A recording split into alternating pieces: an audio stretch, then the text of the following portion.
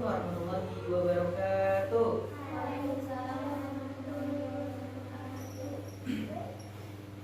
Innal hamdalillah nahmaduhu wa nasta'inu wa nastaghfiruhu wa na'udzu billahi min syururi anfusina wa min sayyiati a'malina man yahdihillahu fala mudhillalah wa min yudhlil fala hadiyalah. Asyhadu an la ilaha illallah wa asyhadu anna Muhammadan abduhu wa rasuluhu wa nabiyya ba'da. Alhamdulillahilladzi an'amana bi ni'matil iman wal islam. Wa nusalli wa nusallimu ala khairil anam sayyidina Muhammadin wa ala alihi wa sahbihi ajmain, amma ba'd. Terima kasih kepada adik-adik yang telah hadir pada kesempatan yang berbahagia ini. Semoga kita semua selalu ada dalam ridho dan perlindungannya. Amin. Jadi pada kesempatan kali ini saya Karobi Nugraha kakak akan menyampaikan sedikit ilmu terkait tentang keutamaan pada bulan Asyura atau bulan Muharram. Nah, apa sih bulan Muharram itu? Bulan Muharram itu merupakan awal bulan tahun baru Hijriah. Nah, kalau dalam Islam disebutnya tahun Hijriah. Kalau dalam kalender kita namanya kalender Masehi. Kalau misalkan awal bulan Masehi itu kan Januari. Dan kalau dalam Hijriah itu Muharram. Jadi sekarang ini namanya tahun baru Islam, seperti itu. Nah, jadi ini merupakan awal tahun baru Hijriah atau tahun baru Islam. Dan bulan Zulhijjah merupakan bulan terakhir dalam hitungan tahun Islam. Kalau di bulan Masehinya bulan terakhir bulan apa? Desember. Terus nah, bulan Muharram juga merupakan salah satu bulan yang paling mulia yang dari bulan-bulan yang ada. Nah, makanya disebut dengan Asyhurul Hurum atau bulan Muharram dijuluki sebagai bulannya Allah. Nah, Syahrullah disebutnya ya bulan Muharram itu.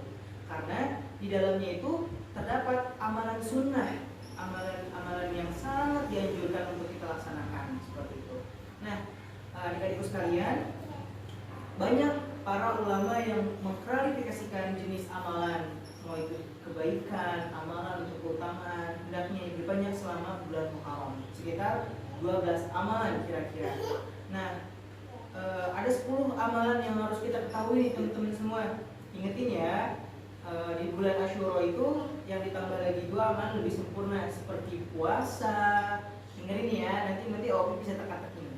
Puasa, sholat, kita menyambung silaturahim, ziarah orang alim, mengajak orang sakit, menjenguk orang sakit, atau mencelak mata, usaplah kepala anak yatim, bersedekah, mandi sunnah, menambah nafkah, memotong kuku, dan membaca surat Al-Ikhlas 1000 kali.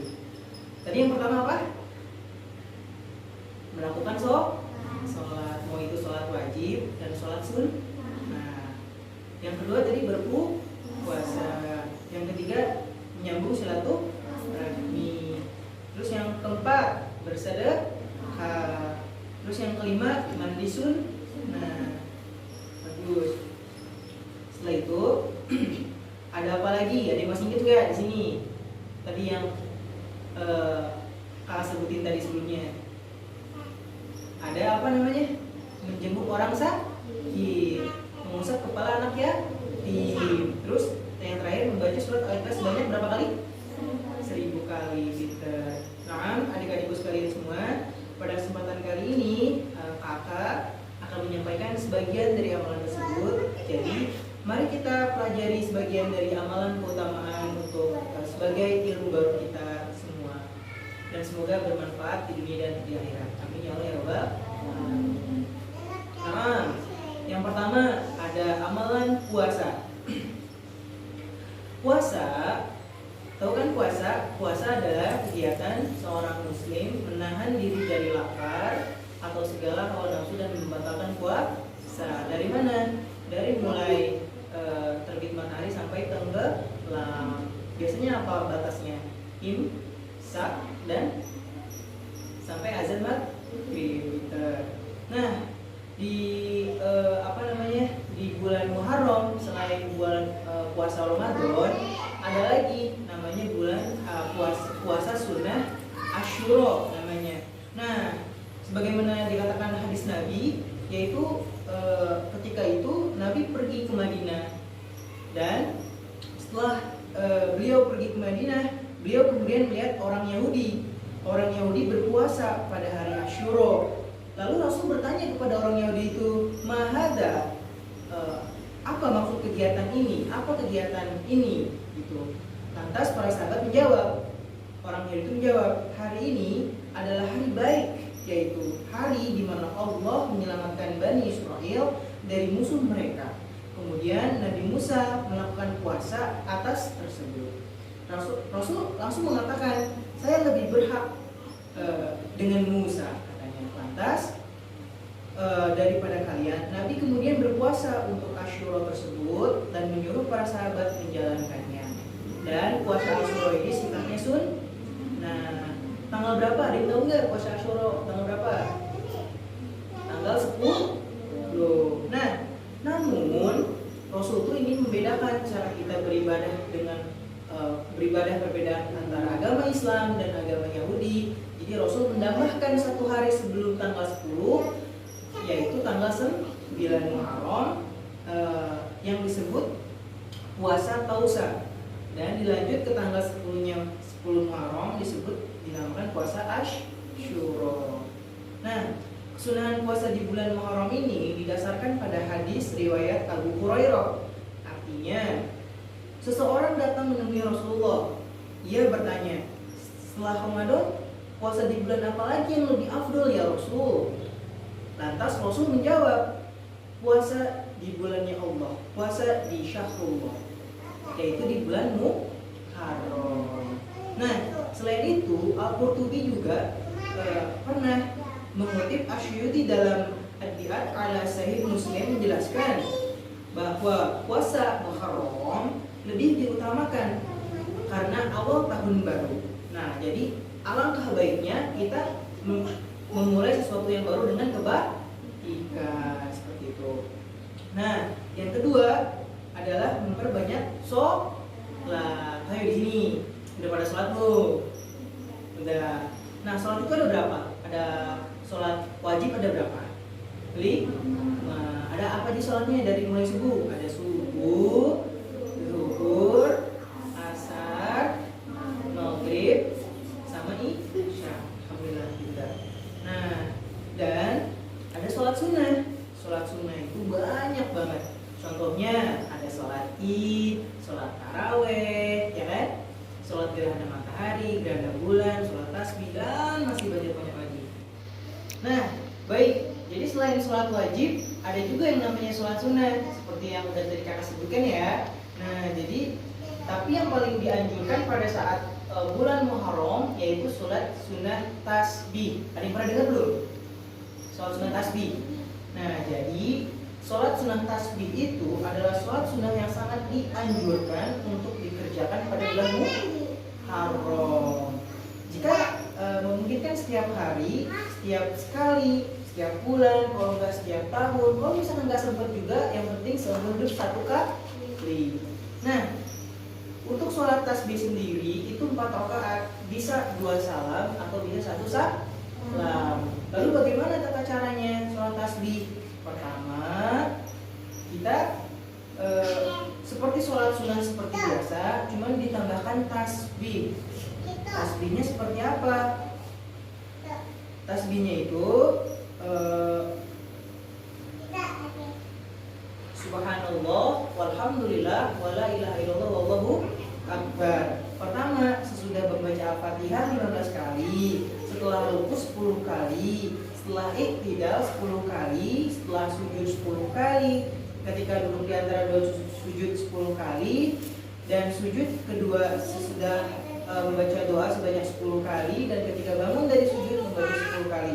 Jadi ditotalkan setiap 1 rakaat 75 kali berzikir. Kan sholat tasbih ya, bertasbih. Jadi untuk 4 rakaat totalnya 300 kali bertasbih. Nah, selanjutnya yaitu amalan yang ketiga, amalan mempererat tali silaturahmi. Kenapa sih kita tuh perlu menjaga tali silaturahmi? Ada yang tahu nggak? Dengan kita menjaga tali silaturahmi, kita akan meningkatkan persaudaraan kita, pertemanan kita, kasih sayang kita, bisa memperpanjang umur. Jadi adik-adik semua di sini jangan suka berantem, ya. Harus sama-sama, kita harus terus jalin tali silaturahmi antar teman-teman semua di sini. Nah, kenapa sih Kak kita tuh harus perlu menjaga silaturahmi? Nah, Muslim itu dianjurkan untuk menjalin tali silaturahmi dengan sesama maupun yang lain. Ada banyak keutamaan dalam menjalin hubungan antar silaturahmi sesama seperti kita ini, seperti keutamaan silaturahmi, mempererat tali persaudaraan, menambah persaudaraan, mendatangkan keberkahan dan memperpanjang umur seperti yang sudah tadi kakak katakan. Nah, orang yang mempererat tali silaturahmi juga merupakan ciri sebagai orang yang beriman loh teman-teman. Nah, jadi kalau teman-teman sekarang berantem, wah hati-hati nih, imannya lagi kegoda nih. Nah, makanya kita kalau bisa jadi orang baik dan terus mempererat tali silaturahmi sehingga kita memiliki ciri sebagai orang yang beriman. Sebagaimana Abu Hurairah katakan, dari Nabi Muhammad SAW bersabda, barang siapa beriman kepada Allah dan hari akhir, hendaknya ia memuliakan tamunya. Tuh, jadi kalau misalkan ada tamu, jangan kita kok dia datang sih, gitu risih misalkan kayak gitu. Tidak, nggak boleh. Tapi kita harus menyambutnya, harus memuliakan tamunya. Dan barang siapa beriman kepada Allah dan hari akhir, hendaknya ia menyambut tali silaturahmi. Dan barang siapa beriman kepada Allah dan hari akhir, hendaknya ia berkata baik atau diam sama sekali. Kalau misalkan kita banyak omong dan apa yang kita omongkan itu buruk, lebih baik karena diam itu adalah emas. Intinya, baik. Sekarang kita lanjut ke amalan keempat, yaitu amalan yang diutamakan pada bulan Muharram. Nah, yang keempat itu adalah bersedekah. Sebagaimana yang disebutkan pada hadis riwayat Al-Baihaqi dan At-Tabrani, Rasulullah SAW bersabda, barang siapa menyenangkan keluarganya di hari Asyura, maka Allah akan memberikan kesenangan kepadanya, memuaskan rezekinya di tahun-tahun berikutnya. Bersedekah itu apa sih? Bersedekah itu ketika kita memberi sesuatu kepada orang lain dengan ikhlas. Kalau kita nggak punya apa-apa, kita harus gimana dong Kak? Nah, kita cukup banyakin senyum kepada orang lain karena senyum merupakan ibadah. Jadi di bulan Asyura ini kita harus banyak-banyak senyum supaya banyak sedekahnya juga seperti itu. Ayo senyum. Bagus. Nah, apa sih manfaat kita bersedekah? Kita bersedekah misalkan ngasih uang ke orang lain, kita jadi mau punya uang. Ingat ya, matematikanya dunia dan matematikanya akhirat itu berbeda. Misalkan kakak punya 2.000, kakak bersedekah kepada orang lain, maka sekarang kakak nggak punya uang, tapi nanti di akhirat nanti uang 2.000 itu bakal dikali lipat gandakan. Nah, banyak nih kelebihan kalau kita sedekah. Pertama, kalau kita banyak sedekah, insya Allah kita bakal selalu sehat walafiat dan dapat menjaga tali silaturahmi. Bagus. Terus bisa untuk menahan musibah, untuk bisa menahan segala ancaman seperti itu. Nah, kemarin ada nggak yang ikut pawai obor? Ada. Nah, itu termasuk sama dengan amalan juga, amalan untuk mempererat tali silaturahmi. Terus Rasulullah SAW bersabda, harta tidak akan berkurang sedikit, dan seorang hamba yang pemaaf pasti akan Allah tambahkan kewibawaannya baginya. Sebagai salah satu manfaat sedekah, dari Salam Asyar Syahid Muslim, An-Nawawi menjelaskan, para ulama menyebutkan bahwa yang dimaksud di sini mencakup dua hal. Pertama, harta yang diberkahi dan harta dan dihindarkan dari bahaya. Muharram ke-5 dan ke-6. Jadi dari 5 ke 6 ini adalah mandi sunnah dan menggunakan surat mata. Nah, nanti di tanggal 10 Asyura, hari Asyura 10 Muharram menjadi suatu hari yang juga disakralkan oleh umat Islam. Nah, karena di Asyura ini terjadi banyak peristiwa besar di kalangan para nabi. Contohnya Nabi Nuh yang dikasih banjir, terus Nabi Ibrahim yang dibakar oleh Raja Namrud sehingga api itu berubah menjadi dingin. Nah, semua itu terjadi pada saat 10 Muharram. Karena dalam hadis dikatakan bahwa barang siapa mandi sunnah dan berwudu pada hari Asyura, maka tidak akan sakit orang tersebut dalam 1 tahun. Nah, nanti tanggal 10 mandi sunnah. Nah, supaya kita terhindar dari penyakit selama 1 tahun, insya Allah. Nah, kemudian gimana sih kan kita melakukan mandi sunnah Asyura itu? Nah, berikut akan menjelaskan. Pertama itu kita membaca Bismillah dan niat. Niatnya bagaimana? Nawaitul ghusla lidafil balaya sunnatan lillahi ta'ala. Langsung tuh, pertama kita mencuci tangan dulu 3 kali. Mencuci tangan 3 kali, terus membersihkan bagian tubuh yang kotor tersembunyi dengan tangan kiri. Misalkan ini kan gayung nih, jus. Nah, kita bersih-bersihin gitu tangan kiri. Terus mencuci ulang tangan menggunakan bersihkan untuk bagian tubuh yang tersembunyi lagi, baru nanti cuci lagi seperti itu. Terus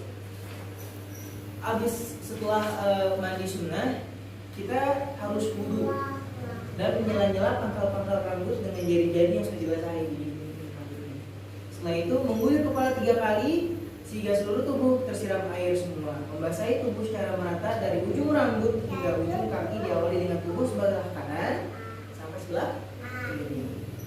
Nah, tadi udah sampai amalan nomor berapa? Nomor 6. Nah, sekarang kita berlanjut ke nomor 7. Nah, adik-adikku semua, sekarang kita lanjut ke amalan nomor 7. Masih ada yang ingat nggak amalan nomor 7 apa? Nah, amal nomor 7 itu mengusap kepala anak yatim. Anak yatim itu anak yang kayak gimana? Anak yatim itu anak yang tidak memiliki ayah. Nah, diriwayatkan dari Ibnu Abbas radhiyallahu anhu, Rasulullah sallallahu alaihi wasallam bersabda, barang siapa, ingat ini, puasa pada hari Asyura pada tanggal 10 Muharram, Allah memberikan 10.000 malaikat, memberikan pahala 10.000 syuhada. Dan barang siapa mengusap kepala anak yatim pada tanggal 10 Muharram, Allah mengangkat derajatnya dengan setiap rambut yang diusap. Makanya kita nggak boleh menghardik anak yatim, kita nggak boleh mencela anak yatim maupun piatu, boleh ya. Kita harus sayang sama mereka seperti itu. Nah, ada pula keutamaan mengusap kepala anak yatim diriwayatkan oleh Imam Ahmad At-Tabrani dari riwayat Abu Umamah dengan pernyataan sebagai berikut. Barang siapa mengusap kepala anak yatim yang semata-mata karena Allah, maka setiap rambut yang dia usap, Allah Subhanahu wa taala berikan kebaikan kepadanya. Yang ke-9 adalah membaca surat Al-Ikhlas 1000 kali. Ini yang terakhir ya, mungkin terakhir. Nah, salah satu amalan untuk menyambut bulan Muharram itu bukan puasa saja, bukan sholat saja, bukan ibadah saja, namun membaca surat Al-Ikhlas sebanyak 1000 kali juga termasuk suatu amalan yang diutamakan. Nah, seperti diriwayatkan sebagai hadis berikut.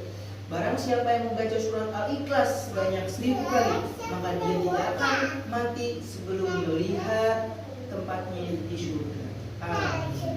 Insyaallah. Alhamdulillah, topik tadi merupakan akhir dari ceramah kali ini. Semoga apa yang kita pelajari ini bermanfaat bagi kita di dunia maupun di akhirat nanti. Amin ya Allah ya Rabbal alamin. Sebelum kita akhiri kegiatan ini, mari kita sama-sama tutup dengan membaca hamdalah.